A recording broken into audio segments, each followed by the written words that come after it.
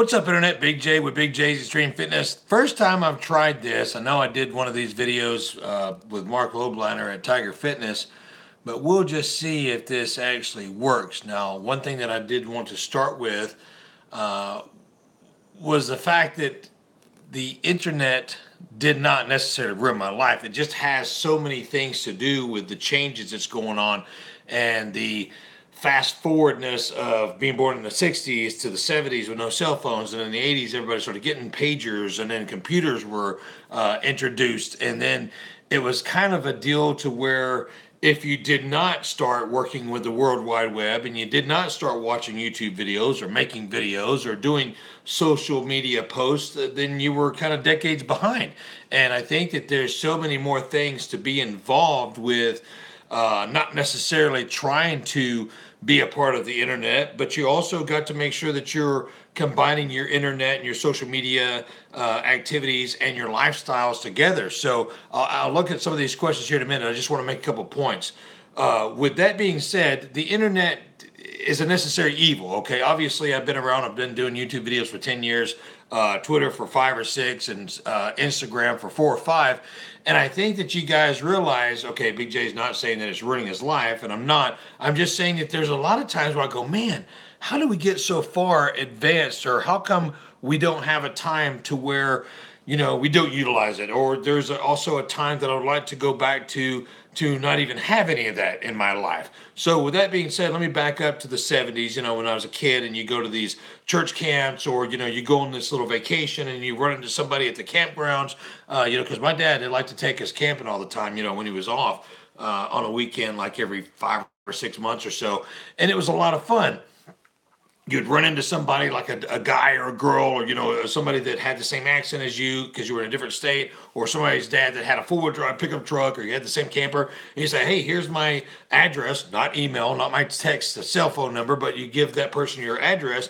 And it'd be cool as a 8, 9, 10, 12, 13-year-old kid to get a letter in the mail. And that's what I'm talking about. These letters in the mail used to be the highlight of my life all the way up until, gosh, the 90s. Because when I joined the military in the early mid 80s, the best part of the week was mail call. And if you guys have been in the military, you know exactly what I'm talking about. You would go all day long and you'd sweat and you'd do this and you'd be out in the field, or you would be in garrison and you were having to work so hard, and then by the end of the day you get mail call, or you'd have to go by the mail room. And this again was before social media and before cell phones, even before the pagers. And that was the best part of your day. So you get this letter from your girlfriend or your wife or your boyfriend or your husband, and it would be amazing. Okay, there's no cell phone still, remember that. And you would open up the letter and you would smell it if it was from your girlfriend or your wife. You go, man, I remember that smell, and you're deployed to another country, or you're just stationed in another state, and your girlfriend or your wife or your boyfriend or your husband was, in school, or, doing something different, and you guys weren't together yet. And it was amazing. There was no distractions. You go to your room and you turn it, if you had a TV, I didn't have a TV, but you go in your room and you'd open it up and look at it, and you'd see the handwriting, and you remember her, you think about her writing it. Or you would, start reading it. Okay, hey, dear Jay, we did this and this today, and we went and hung out at the bowling alley, and you're like, damn, I remember the bowling alley. And you sit there and you think about those things that person was writing to you, and there's no distractions, and you would take your time, and then you'd read the next paragraph, and then it would go on, and you would think, I wish I was there, but I remember, and I'm doing this for a reason, and I'm, out in the oil fields, or I'm in another city, state, or country doing this, for my family, or just for my well-being, or for my growth. And it was really something different. You could sit there and you could read that letter again, again, and again, and it would not sink in until you really wanted it to. And then you could go to sleep with the letter and wake up, and then you would finally go, okay, I'm going to respond to this letter. You pull it out. Dear so-and-so, blah, blah, blah. And you go, hey, dear so-and-so, thank you for your letter. I've read it 100 times, and I remember the time where, you and I went bowling, or whatever. And it would be, a 24-hour to 36 to 48-hour process with that one letter. Versus, okay, let me fast forward, and I don't even want to get away from that. I wish I was still there, where we would just, just wait and just hang on the edge of our seat to get a letter from somebody. I hate going to the mailbox now because there's nothing but bills and advertisement. Now you pick up your cell phone and there's something so important in that cell phone message, and it's from your girlfriend or your boss or from one of your buddies, and it says, "Hey man, lost Uncle so-and-so today, man, and we're really sad," and et cetera, et cetera. And you're like, "Oh man, dang man, I really hate to hear that." And right when you start to write back, "Hey, I hate to hear that," or "I'm really sorry for your loss," you get another, what is that called? A notification that somebody liked your picture on Instagram. You're like, "Oh, I'll get back to that guy in a minute." And then you go down the rabbit hole. So you see that somebody said, "Hey Jay, great lift, you're super strong." You're like, "Yeah, I am kind of super strong. That's cool." And then you respond to that guy, and then you go backwards, and then all of a sudden somebody else's post comes up, and then you start writing him, and then you go to something else and something else and something else, and all of a sudden you're on a different social media, and you forgot about the guy that lost his aunt or his uncle or his dad or his mom or whatever. And it just drives me freaking berserk when I do that, because I'm guilty of it. That's why I'm saying the internet and social media has ruined my life how it was back in the 60s and 70s and 80s.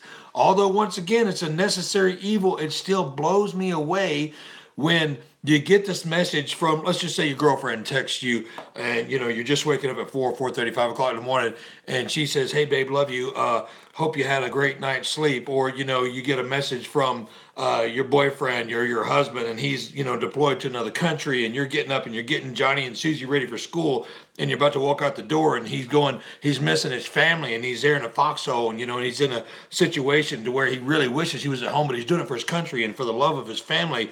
And you get that message, and you're like, "Oh, my husband wrote me, 'Hey babe, miss you, wish I was there getting the kids ready for school.'" And then all of a sudden you get a message that somebody's had liked one of your pictures that you posted, and you're like, "Oh yeah, let me check this out." And then you leave your husband hanging, or your girlfriend doesn't get a response back from you, or your son or your daughter messages you, and it's just such a scramble of your brain, man. It's just like this rabbit hole that never ends. I hate it. But again, necessary evil. The internet is very responsible for us moving forward into scheduling flights on an airplane, or to looking up somewhere that you'd never even heard of, but it takes you right to the front doorstep with your GPS. Or if you're lost with your compass, you're out hunting and whatnot, and you got to pull it out and go, "Man, where in the hell is north? Oh, here it is right here. I'm looking at it," and you can't read the sun yet. There's so many things that it's responsible for and it's good for. But then again, man, I really wish I could go back in time and bring the letters forward. Who has gotten a letter in the last 10 years? Nobody, unless it's from a stupid attorney suing you for something stupid, or a letter from your bank saying you've been overdrawn, or, from some business saying, "Hey, we just moved into your town and we'd like for you to stop by and get a free whatever." That's not the way it used to be. It's not. It's so fast forward. And I remember making fun of my grandma back in the 60s and 70s, and my dad, like, "What in the hell, things are going so fast forward. There's no way in the world that I can keep up." And I'm like, "Come on, old man, come on, grandma, you got to. You're going to have to, because if you don't, you're going to be decades behind. You don't even know what www dot means. Now there's so many sayings that I don't even keep up. I can't. I'm a grandpa now. So I've fallen into that boat of really wishing that I would get a letter again. I was really wish that I didn't have all the distractions when I get a text message from a loved one or a family member or a friend or someone that I'm very, I need to pay more attention to. And then all of a sudden something pops up, or then I get a different thought, and I feel like a dog chasing a squirrel back and forth, and I just can't stop. I'd like to get a letter, and I'd like to sit down and open it up and go, "Dear so-and-so, today I did this and that." Leave the TV off. No such thing as cell phones. No distractions. And just start writing. "I went to the gym today.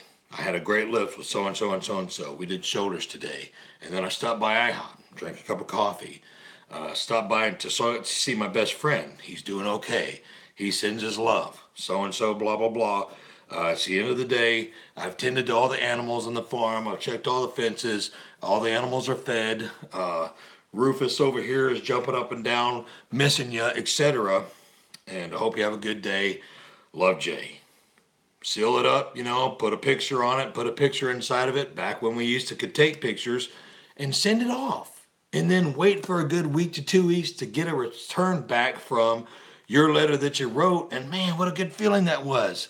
Now there's no such sting is those feelings. We've got so many different emotions and so many different feelings that people are going berserk thinking, you know, okay, I've got to do this. Okay, I've got to do that. Okay, I'm number one. Okay, I'm the best. I'm the greatest, and I'm trying to promote this, and I've bought this to impress somebody that I don't like, and I can't afford it anyways. And now I'm broke, and then I hate this, and so many different crazy emotions that you're going through. It doesn't make any sense. It drives me again crazy, bonkers, scrambled. My brain is looking at all this stuff.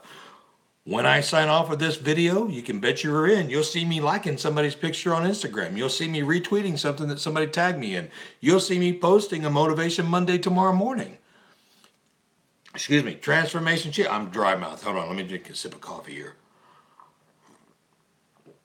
And I play the game, but sometimes I don't like the game. But in order to play the game and to make yourself like the game, you have to become the game. But if you get consumed by the game, man, life changes so quickly. I've got 2 kids, got a grandkid. Those 20 plus years when they were children on to now being full grown adults married with children themselves and about to graduate college, the other one, I look back and go, okay, they never had cell phones until they were in high school. I never had a cell phone until they were in high school. And I want to go back in time again. What do? We don't do anything. We go forward, or we get ran over by the bus or trampled by the crowd. This video basically is just telling everybody to sometimes stop, take a sip of coffee every now and then, and I'm going to do it again. Cheers to everybody out there watching this video. I see you out there. Thank you so much for giving me the thumbs up. And please leave your comments down in the description box, because I will be responding. I usually wait a couple days to respond to everybody. And if you don't follow me on Twitter and Instagram, here's a double-edged sword. Those will be in the description box. Please follow me there and interact with me. I like to interact with you guys, but once again, I like to slow down a little bit. I really hope that you guys can appreciate what I'm talking about. Some of you guys are too young to even know what life is without a cell phone. Some of you guys were born with cell phones in your hands. Some of you were typing and texting and instant messaging before you even talking.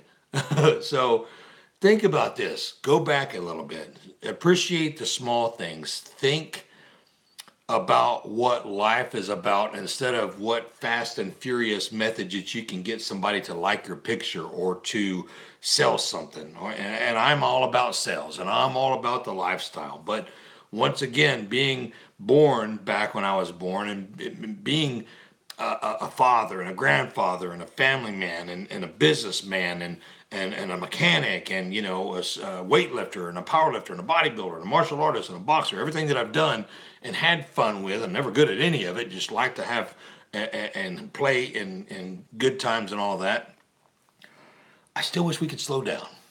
And I hope that this video, I'm going to sign off here in a minute, but I hope that this video helps you guys realize that if you blink, you're going to miss something. So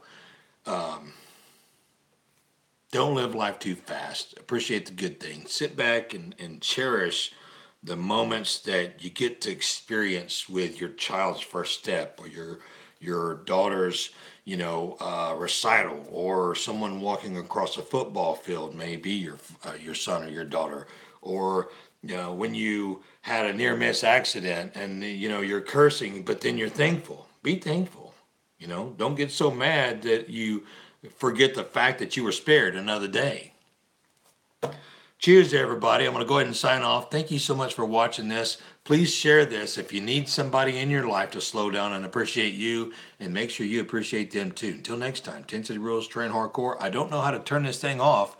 Give me just 1 second, and we'll see you next video.